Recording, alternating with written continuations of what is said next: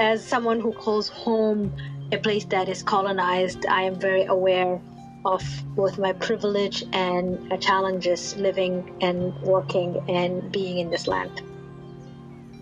That history of colonization and racism that is systemic in nature does not only appear in the criminal justice system or the housing system, but it also seeps into how we provide care and healthcare.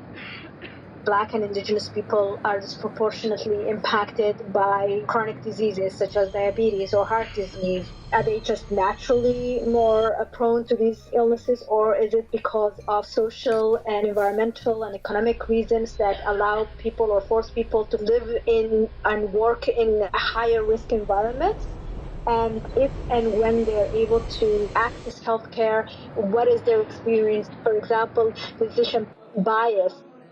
It has that ripple effect where then as a community, there is lack of trust in the healthcare system. Therefore, people do not seek the help that they could seek. What if we are able to have equitable healthcare systems? What if people walk in and know they are valued, welcomed, and that their health matters? Some of the work that I've been successfully doing was around capacity building and training. So this whole idea of raising awareness, recognize that there is an issue to begin with, and then creating a space for people to reflect on themselves, to understand not only that this problem exists, but how am I as an individual contributing to this problem? And finally, once we know, and we know what we're doing, what are we going to do about it? So challenging myself and my colleagues, both frontline staff, senior managers, and leaders in public health organizations, and no more of this checkpoint. We're going to do one-day training and we're going to pretend we understand the work without real commitment to change in leadership, in power sharing, in policies and procedures.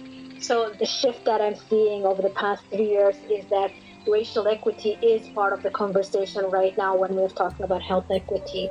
My vision for the future is the experiences of racialized people are centered, and there is a real deliberate understanding of changes in policies and practices. A lot of people who've sacrificed before us, whether it's immediately our parents and the life that they had to give up, but also the other people who look like me, who've been in this country, for example, for the past 400 years and have gone through horrendous experiences. So I am able to sit in my hijab within my black skin and hold position. And it is a responsibility to continue doing that work, not only for myself, but for the future generations to come.